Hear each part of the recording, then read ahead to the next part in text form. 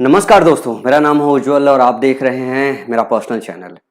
इस वीडियो में मैं ये तो नहीं बोलने वाला हूँ कि मैं कंट्रोवर्सी का एंड करने वाला हूँ, लेकिन बहुत सारी चीज़ों का पोल खोलने वाला हूँ और टेक्निकली बहुत सारी चीज़ों का पोल खोलने वाला हूँ। मैथ्स के सब्जेक्ट को लेके आपके मन के अंदर इतना ज़्यादा हुआ बनाया गया, इतना ज़्यादा हुआ बनाया, कुछ टीचर्स ने तो इसको ऐसे लग रखा है जैसे उनकी बपौती है। वो नहीं पढ़ाएंगे तो बच्चों को कंटेंट ही नहीं मिलेगा, डिलीवरी नहीं होगा और मैथ के बड़े-बड़े क्वेश्चंस आपके सामने लेके आते हैं और बोलते हैं ये बहुत बड़ा क्वेश्चन, ये बहुत बड़ा क्वेश्चन है। तो ये वीडियो उस चीज को आपके सामने उजागर करने के लिए है कि मैथ्स के जितने भी बड़े क्वेश्चन हैं वो सारे बड़े क्वेश्चन नहीं होते हैं। एग्जामिनर सर्टेन थिंग्स आपसे टेस्ट करना चाहता है। आपने वो जो छोटी छोटी चीजें सब्जेक्ट पढ़ते वक्त सीखी है उसको आप एग्जाम के अंदर अप्लाई कर पा रहे हो कि नहीं कर पा रहे हो, क्योंकि एग्जामिनर हमेशा आपका दिमाग, आपका ब्रेन टेस्ट करने जा रहा है कि आप इतने बड़े पदों पे बैठने जा रहे हो, क्या आपका ब्रेन जो है पूरा खुला हुआ है कि नहीं, आप चारों तरफ सोच पाते हो कि नहीं सोच पाते हो। और ये समझने का उनका तरीका है, पहचानने का तरीका है एप्टीट्यूड के क्वेश्चन या रीजनिंग के क्वेश्चन, जिसमें आपके तर्क लग सके, जिसमें आपके लॉजिक लग सके। तो अलग अलग तरीके से क्वेश्चन फ्रेम करते हैं, पर क्वेश्चन इतना डिफिकल्ट नहीं होता है। तो आज की इस वीडियो में अगले 8-10 मिनट में मैं कई सारे क्वेश्चन आपके एग्जाम निकाल के लेके आया हूं, जिसको दिखा के आपको बहुत डराया जाता है, जबकि वो बहुत मामूली क्वेश्चन होते हैं। जैसे क्वेश्चन नंबर वन का नेचर समझो। एक क्वेश्चन दिया हुआ आपके एग्जाम में आया हुआ है, x plus 1/x is equal to 7। तो x की पावर 6 प्लस 1/1/x की पावर 6 का मान बताना है। आपके ऑप्शन देखो जरा, ऐसा दिया है 11, 36, 82, 103, 682, 103, 882, 123, 862। इस तरीके का क्वेश्चन कितना बड़ा हुआ बनाया जाता है। इस क्वेश्चन में है क्या? इस क्वेश्चन में दो एक कंसेप्ट लगता है, और वो दो कंसेप्ट अगर आपको अच्छे से पता है, इस क्वेश्चन को सेकंड्स में सॉल्व कर सकते हो। और वो दोनों कंसेप्ट क्या है? एक तो आपको ये पता होना चाहिए कि यहां से जो है यहां आपको पहुंचना कैसे है। यहां से यहां पहुंचने का तरीका यह है कि आपको दो स्टेप में पहुंचना पड़ेगा। पहले आपको एक्स क्यूब प्लस 1/x³ निकालना पड़ेगा, और फिर ये जब डेटा मिल जाएगा तब आप निकालोगे x पावर 6 प्लस 1/x की पावर 6, यही निकालोगे। अब इसका सीधा सीधा जब आप पढ़ाई करते हो तो इसका फॉर्मूला ही पढ़ के आते हो कि a³ माइनस 3a होता है। अब ये जो a की वैल्यू दी है, यहां पे 7 दी हुई है, तो 7 का क्यूब करोगे तो 343 हो जाएगा, माइनस 21 हो जाएगा, 7 3 21, और ये आ जाएगा 322, ये वैल्यू आ जाएगी। अब अगर इसकी वैल्यू निकालनी है तो इसके लिए क्या होगा, इसका स्क्वायर माइनस 2 होगा, इसका स्क्वायर माइनस 2 होगा। अब अगर ये वैल्यू कैलकुलेट करोगे बेसिक से, ये वैल्यू अगर कैलकुलेट करोगे बेसिक से, तो एग्जाम में बहुत सारा समय खराब हो जाता है।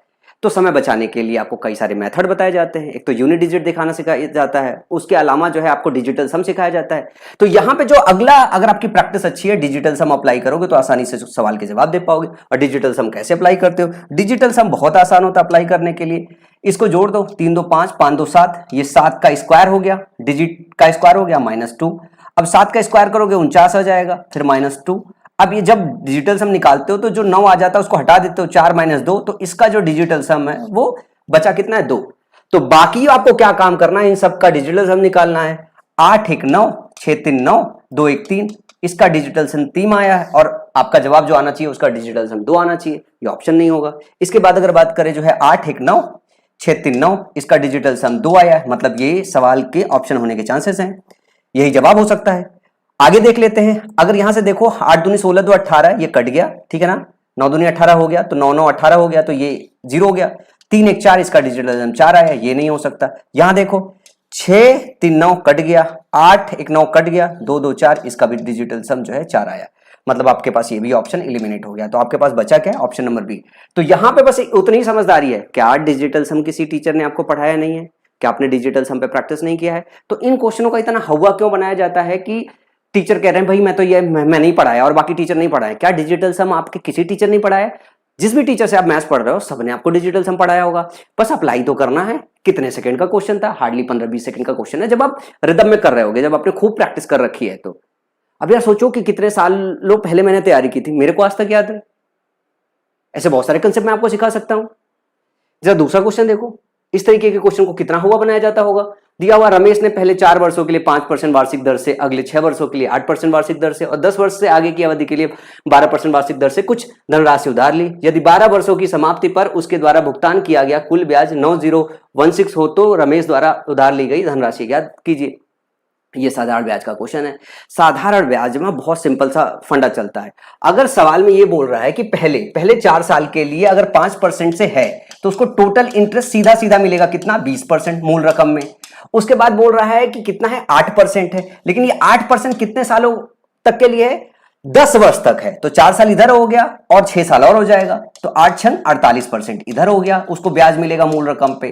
उसके बाद टोटल 12 साल के लिए और 10 के बाद 12% ले रहा है, तो 12% कितने सालों के लिए है 2 साल के लिए, गुणा करोगे हो जाएगा 24% हो गया। उसे मूल रकम पे टोटल कितना परसेंट हुआ 8 4 12, अगर इसे जोड़ोगे तो 92% आ जाएगा। अब 92% की वैल्यू आपके एग्जाम में दी हुई है, क्या है 92% क्वेश्चन में इसकी वैल्यू दी है 9016, और आपको निकालना क्या सवाल में 100% की वैल्यू। जैसे 100% की वैल्यू निकालनी होगी तो 9016 डिवाइड बाई 92 और इंटू 100। अब इसको गुणा करोगे, लेकिन ऑप्शन आपका ऐसा दिया है कि एग्जैक्ट न्यूमेरिक वैल्यू में आ रहा है, और एग्जैक्ट अगर न्यूमेरिक वैल्यू में आ रहा है और 100 से गुणा है, अगर 100 से गुणा हुआ है तो पक्का ऐसा ऑप्शन होगा जिसमें 2 जीरो आ रहे होंगे, क्योंकि ऐसा तो है नहीं, पॉइंट में दिया हुआ नहीं है। अगर पॉइंट में नहीं दिया हुआ इसका मतलब ये इससे सीधे सीधे कट जाएगा और आखिरी में 2 जीरो आना चाहिए। और ऑप्शन देखो जरा, ऑप्शन सी है, तो इसको यहां के बाद कैलकुलेट करने की नीड भी नहीं है, ऑप्शन सी आसानी से लग जाएगा। अब इन क्वेश्चनों में क्या ही हुआ है, क्या है ऐसा पढ़ाने वाला जो आप नहीं कर सकते हो? मतलब बहुत मामूली से क्वेश्चन है जो एग्जाम में आपके आते हैं, आपको खूब डराया जाता है। इतना भौकाल बना रखा है मैथ्स के टीचर ने, इतना भौकाल बना रखा है कि उन्हें ही मैथ्स आता है और बाकी दुनिया में किसी को मैथ्स तो आता ही नहीं है। वही गगन सर, वही राकेश यादव सर, वही जो है आदित्य सर, वही जो है मोहित गोयल सर, बाकी कोई टीचर तो है नहीं। बाकी रेमो सर नहीं है, बाकी पवन राव सर तो जो इज्जत से पढ़ा के चले जाते हैं वो तो है ही नहीं है। जरा इस क्वेश्चन को देखो, एग्जाम में आया इतना बड़ा डेटा, इस क्वेश्चन को दिखा के आपको इतना डराया जाएगा, इतना डराया जाएगा। क्या है इन क्वेश्चनों में दिया हुआ है a equal to 335, b equal to 215, c equal to 180, a cube plus B cube plus C cube minus 3abc की वैल्यू निकालनी है। अगर आपकी प्रैक्टिस अच्छी है, समझदार अगर हो तो ध्यान से देखो, a में 5 छुपा हुआ है, a में 5 छुपा हुआ है, b में भी 5 छुपा हुआ है, c में भी 5 छुपा हुआ है। मतलब अगर आप ये देखोगे तो यहाँ 5 का क्यूब आएगा ही आएगा मल्टीपल में, जब भी करोगे यहाँ 5 का क्यूब आएगा, यहाँ 5 का क्यूब आएगा, कुछ और आएगा, पर जो भी संख्या आएगा उसमें 5 क्यूब तो होगा। इसमें ABC है तो 5 गुणे 5 होगा ही होगा। इसका मतलब है आप सारे ऑप्शन में देखो जिसकी वैल्यू निकालनी है, 5 क्यूब यहाँ पे भी है, 5 क्यूब यहाँ पे भी है, 5 क्यूब यहाँ पे भी है, 5 क्यूब यहाँ पे भी है, तो जो भी वैल्यू आएगा वो हमेशा 125 का मल्टीपल आएगा ना, जो भी डेटा होगा यहां से, और उसको गुणा करने के बाद आपका कोई ना कोई डेटा मिल जाएगा। अब जरा ऑप्शन ध्यान से देखो, इसमें से कौन सा ऐसा ऑप्शन है जो 125 से कटेगा? 125 से कट ही नहीं सकता, देख के ही पता चल रहा है कि 2 बार अगर आप काटोगे तो शायद कट जाए, तीसरी बार तो कटेगा नहीं, ये भी तीसरी बार कटेगा नहीं और ये भी तीसरी बार कटेगा नहीं। और 125 की डिविजिबिलिटी अगर आपको पता है तो आखिरी 3 डिजिट अगर 125 से कट जाए तो वो संख्या डिविजिबल होता है, सिर्फ ऑप्शन नंबर सी ही इससे डिविजिबल होगा। अब इस सवाल में क्या ही है, अगर आपको ये जानकारी है, थोड़ी सी प्रैक्टिस है, क्या आपको डिविजिबिलिटी के रूल्स नहीं पढ़ाए गए हैं? क्या नंबर पहचान के क्वेश्चन में इस तरीके के कैलकुलेशन किसी टीचर ने नहीं सिखाया? मैं तो मानता हूं 100% टीचर्स ने आपको सिखाया होगा। अगर किसी ने नहीं सिखाया है और आप ऐसे बच्चे हो तो मेरे चैनल को सब्सक्राइब कर ले, मैं सिखा देता हूं यार टुच्चे पने वाली चीजें। मतलब इतना भौकाल में मत पढ़ो कि मैथ का क्वेश्चन इतना ज्यादा हुआ है, इतना ज्यादा हुआ, कुछ नहीं है, टुच्चे पने वाले क्वेश्चन है। ये एग्जामिनर खाली आपके माइंड को टेस्ट करने के लिए कि आपका ब्रेन छोटी छोटी चीजों पे लग रहा है कि नहीं लग रहा है, वो टेस्ट करने के लिए सारे क्वेश्चन डालते हैं। जैसे ये क्वेश्चन देखो, इस क्वेश्चन को तो सॉल्व ही करने की जरूरत नहीं थी। जरा ध्यान से देखो, दिया क्या है, A and B can complete a piece of work. मैं हिंदी में पढ़ता हूं, ए और बी एक कार्य को 10 दिन में पूरा कर सकता है, बी और सी 15 दिन में पूरा कर सकता है, ए और सी इसे 12 दिन में पूरा कर सकता है। ए बी और सी मिलकर इसे कितने दिनों में पूरा करेंगे? भाई ए और बी अगर किसी काम को मिलकर 10 दिन में कर रहा है, अगर इसके साथ एक बंदा और जोड़ दोगे तो बट ऑब्वियस बात है कि ये 10 से तो कम ही दिन लगेगा, और 10 से अगर कम ही दिन लगेगा तो जरा ऑप्शन देखो कौन सा है। ये ऑप्शन नहीं, ये ऑप्शन नहीं, ये ऑप्शन नहीं। क्या इस सवाल में ब्रेन के अलावा पेन चलाने की जरूरत है? कॉमन सेंस ही तो यूज करने की जरूरत है। तो आपके एग्जाम में बहुत सारे क्वेश्चन तो ऐसे भी आते हैं यार जो इस तरीके के कॉमन सेंस से भी आपके निकल जाते हैं। कितना वाहियात, कितना घटिया क्वेश्चन है, एग्जाम का क्वेश्चन है दादा। इसमें भी बड़ा स्पेशल बात बताया जाता है कि ऑप्शन से सॉल्व हो सकता है। अरे यार कोई भी जनरल आदमी भी इसको ऑप्शन से सॉल्व कर लेगा यार, थोड़ा सा भी बुद्धि चल रहा होगा तो सॉल्व कर लेगा। टीचर को इसमें क्या पढ़ाने की जरूरत है यार? मतलब तो आपको बस इतना तो पता होना चाहिए ना कि a प्लस बी जो है 10 दिन में काम करता है, उसमें एक आदमी और छोड़ेंगे तो समय घट जाएगा। बस इतनी बात पता होनी चाहिए, इतनी बात पता होना चाहिए। उसके बाद आपका जो है जो सेंस है ना एग्जाम के अंदर, जो दिमाग है, जो ब्रेन है, वो ऑप्शन ऑब्जर्व कर ले। कई बार क्या होता है, हम क्वेश्चन पढ़ते हैं, ऑप्शन देखते नहीं है, कैलकुलेशन करने निकल देते हैं, और ये एग्जाम में जाके नहीं होता। प्रायर प्रैक्टिस की नीड होती है। अगर आप यहाँ पे प्रैक्टिस करके जाओगे तो सारे क्वेश्चन आसानी से टैकल हो जाएंगे। पर इतने वाहियात इतने घटिया क्वेश्चन है कि पूछो मत। ये देखो क्वेश्चन, जैसे Ram sold a motorcycle for 70,000 at a 25% profit. For what price should he sell a motorcycle to gain a 30% profit? एक मोटरसाइकिल को 70,000 में बेचने पर राम को 25% का लाभ प्राप्त होता है। यदि उसे 30% लाभ प्राप्त करना हो तो मोटरसाइकिल को किस मूल्य पर बेचना चाहिए? सवाल ये कह रहा है कि कोई चीज अगर आपने 100 रुपए में खरीदी है तो आपने उसे बेची कितनी है? 125 में, और इस 125 की वैल्यू दी हुई है सवाल में कितना? 70,000। बोल रहा है कि अगर 30% लाभ चाहिए, 30% लाभ चाहिए मतलब 130 में बेचोगे, 100 की खरीदो 130 में, तभी 130 पहुंचोगे। तो आपको कुल मिला जुला के 125 की वैल्यू पता है, 130 की वैल्यू निकालनी है, और 130 की वैल्यू निकालने के लिए 70,000 बटे में 125 गुणे 130 करना है। अब एक तो तरीका यह है कि आप इसको काट पीट लो, दूसरा तरीका यह है कि अगर प्रॉपर तरीके से आपने नंबर ऑब्जर्व करना सीखा है, अगर नंबर सही से ऑब्जर्व करना सीखा है तो एक बात यह है कि ये 13 एक नंबर है जो नीचे तो किसी से कट ही नहीं रहा है, इसका मतलब जो भी नंबर आएगा उसमें 13 का गुणनफल होगा। अब 13 का गुणनफल चेक करने में आप कितने एडवांस हो ये भी बात है।